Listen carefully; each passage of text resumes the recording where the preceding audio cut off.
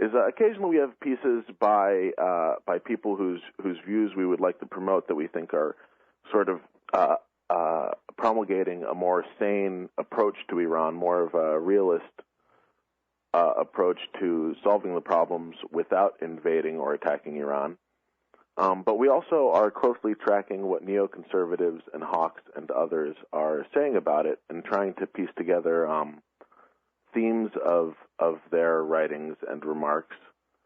And oftentimes, I mean, talk about a cakewalk. For us, it's pretty easy. All you got to do is point to what these guys are saying about Iran and show that 7 years ago they were saying the exact same things about Iraq. I mean, it does not, without fail, these are the exact same themes we were getting then.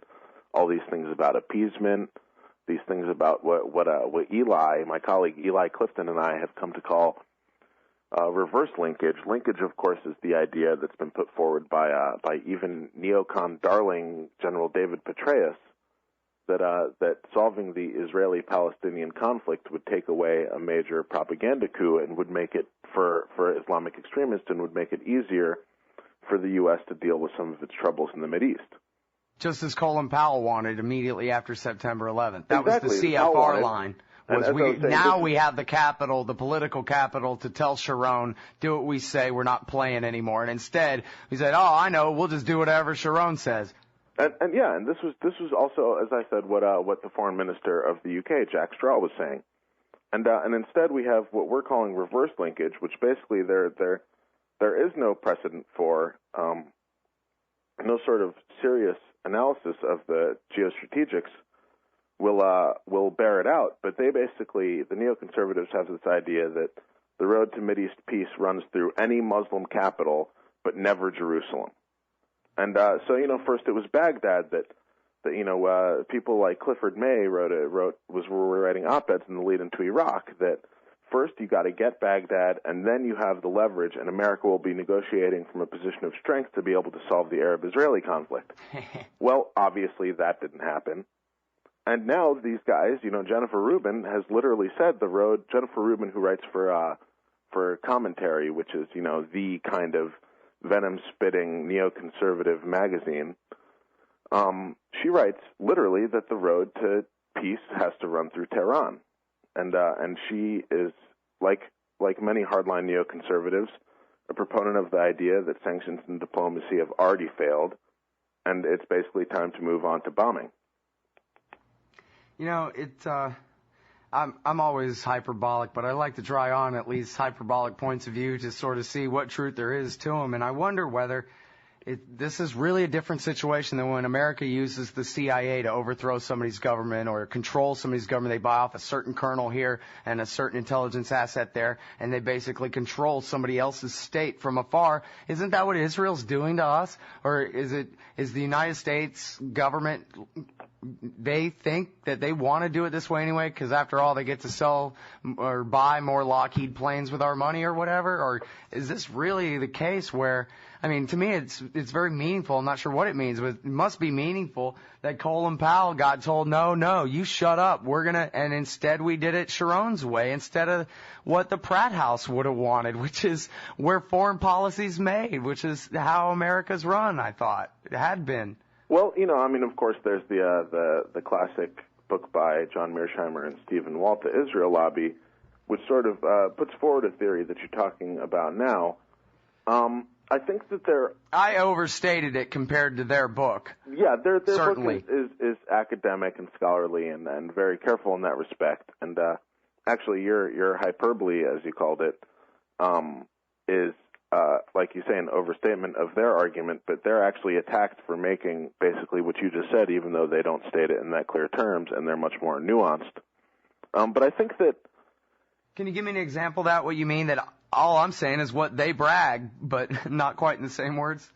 They don't necessarily say that the Israel lobby controls Washington, but they say that it is a pressure group whose role should be examined, and what the interests, and there are times when the Israel lobby's interests have been pushed as Washington's interests, which is what I was getting to, which is kind of there's a question of whether, I'm sorry. I guess I misunderstood you, and then I was referring to the confusion is my fault. I was referring to the way the Israel lobby talks about themselves and how powerful they are, and how everybody better vote whatever Israel's interest is, because that's what we say, et cetera, which is the same thing they would accuse me of accusing them of. No, and I think that that one of the things that the Israel lobby definitely does push is that U.S. interests and Israel's interests are perfectly aligned. That there's no daylight between the interest of these two states, which frankly is a little bit preposterous. And that these two states of very different constituencies, thousands of miles apart, would be so similar. And this is especially revealed by Israel's recent kind of let's say problems with democracy. Their little hiccups with democracy recently, that Israel does have problems, and it's not necessarily in the interest of the U.S. to align themselves in every instance with Israel. But I think that it's worth noting that U.S. neoconservatives are very much aligned with the far right Likud party in Israel. And share a lot of their views, and that's things like Bibi's kind of is now at the table negotiating with the Palestinian Authority. That's Benjamin Netanyahu, the prime minister. Yeah, sorry, and it's okay. I just want to be clear. And at the same time, you see him imposing these conditions that will be difficult to get at, and this is there's a historical Likud aversion to the peace process, and also a historical Likud hawkishness with Israel's neighbors, and that includes Iran as well as all the Arab states. And, all you need to do is open up the Corner blog on the National Review, or Commentary's Contentions blog, or the Weekly Standard blog, and you see pretty plain as day that there are these same historical aversions to the peace process, and the historical hawkishness on Israel's neighbors are all pretty clear as day on these blogs. Of course, you could just go to LobeLog and see what they're saying without having to give them the links. But you know what I wonder? Because here's the thing: I don't have the stomach for it, and that's why I rely on you guys. I can't go read commentary all day, man. You wouldn't like me if I read commentary all day. But you know what I wonder about? What do they say about John Hagee and the fundamentalist crazies? And I don't mean that all fundamentalists are crazy. I'm saying the fundamentalist crazies who are trying to force Jesus to come back and start a nuclear war and send all the Jews to hell forever. I mean, this is an important alliance that the Israel lobby has on the right in America, particularly in the South.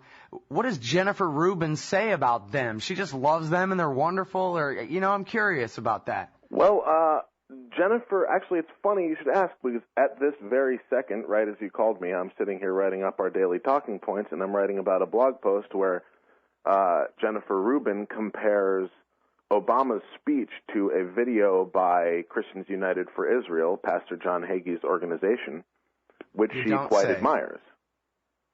And that's great. And this is something Jennifer Rubin has actually written, that the Jewish-American favoritism for the Democratic Party is a, quote, sick addiction. And this is a quote that she picked up from Rachel Abrams' blog, which is called Bad Rachel, which is just, it's just kind of the rantings of a mad woman. It's some pretty off-the-wall stuff. It's totally gay-bashing and occasionally racist and certainly anti-Arab.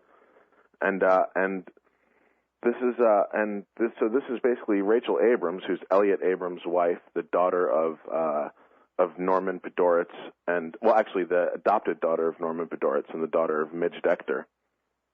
So therefore, brother of commentary editor John Podhoretz, who this kind of incestuous neocon tangled family web, and so these guys are really upset with U.S. Jews, and despite what is kind of the right-wing bent of most mainstream Jewish organizations that you can read about in Peter Beinhardt's New York Review of Books essay,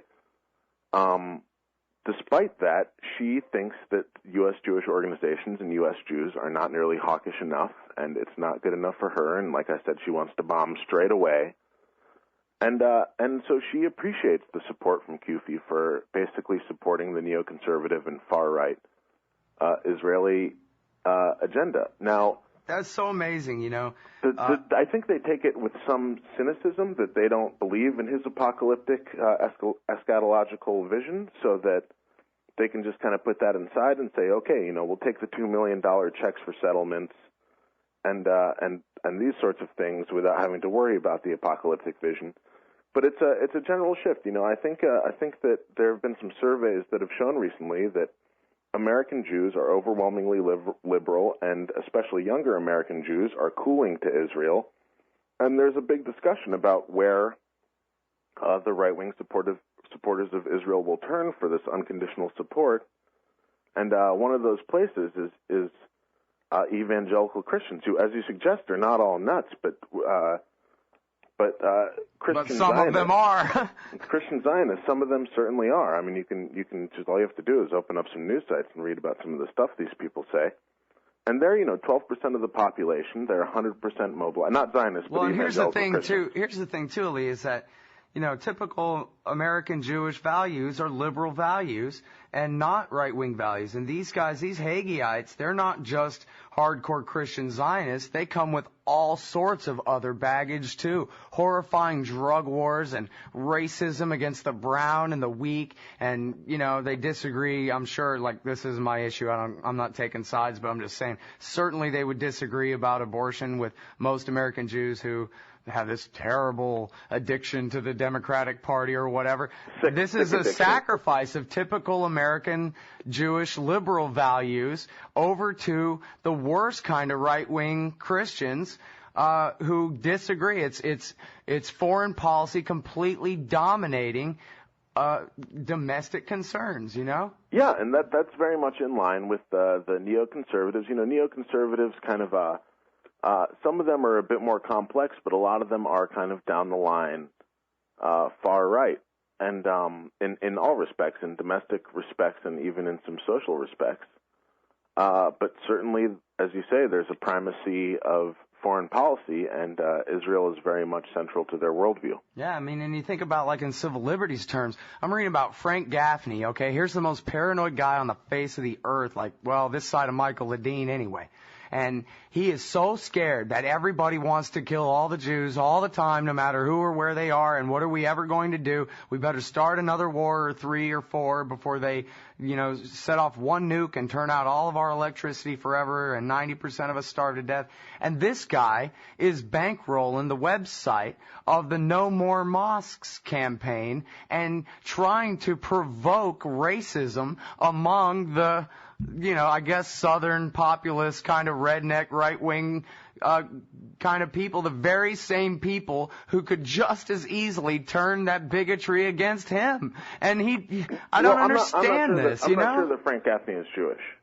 Oh, okay. Well, still, all his friends then. His name suggests Irish, but he is. See, I don't know anything about last name. It took me till I was 26 till I figured out that a medal and a burgerstein meant Jewish at all. I don't even know. McMurphy means Irish. What do I know about that? I don't know. Nothing. Yeah, no, I'm not sure what his background is. Well, anyway, that's all his posse anyway. The Center for Security Policy. But yeah, it's true. Daniel Luban has written really nicely about the sort of and as well as many other people, about how a lot of these tropes being used against Muslims in America really do have shades of the anti-Semitic tropes that we saw in Europe in the lead up to World War II, as well as even in America up until more recently with sort of the assimilated Jewish ascendancy. Right, yeah, after World War II and we don't want to be like that kind of lessons there, the never again. But yeah, that's the whole thing I've been saying for years. It's like the protocols of the elders of Islam, where, like we were saying before, every terrorist group in the world, they all have this one big committee meeting, either telepathically or whatever, where they all agree on exactly what their aims and goals are, and they're all to destroy us from within. And every Muslim in your neighborhood is a fifth columnist. One day, regular people have told me before too, I suspect that the reason the Arabs own all the gas stations is so one day they can just cut off all our fuel. And, people really believe this kind of stuff and it's coming from the